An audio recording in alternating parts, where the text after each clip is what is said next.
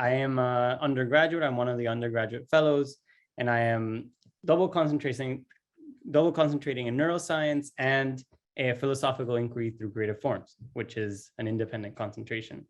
In neuroscience, I do mostly work with learning and memory at the molecular genetics level, while in this more humanities-oriented concentration, I'm working primarily with the representations of madness by Dominican writer Rita Indiana, which I was just very pleasantly surprised to hear Adrián is also working with, and Puerto Rican poet Francisco Matos Paoli, who is also my great-grandfather. I actually came to start working with this poet because my grandmother had been working the last years of her life editing his work. And I began working with her books as a kind of commemoration of her unfinished work.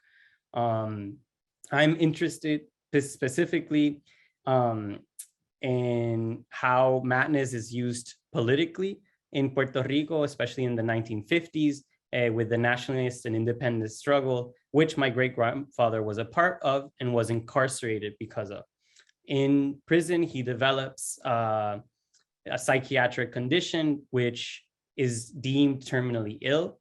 And when he is transferred from prison to the asylum, he writes this poem called Elogio a la Locura, Canto de la Locura, or it's the Song of Madness, where he expresses his views on how madness is a political phenomenon. I'm also interested in how he justifies how political activists are necessarily go mad in their search for true freedom for, in this case, Puerto Rico. Meanwhile, Rita Indiana, in her novel La Mucama Domicunle, uses she experiences or represents the artistic genius as a kind of madness, which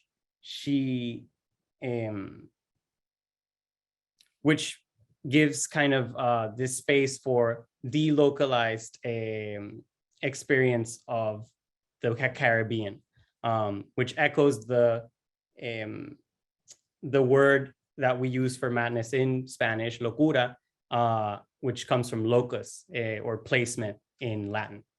My end goal with this project is to show a comparative analysis between Rita's work and Francisco's work, which shows how madness is a condition or a psychiatric or cognitive condition that is necessary for the writer or the poet, and that can have a revolutionary ability to create and inhabit or convey the delocalization of worlds that present alternative politics to the reader. Thank you very much for your attention.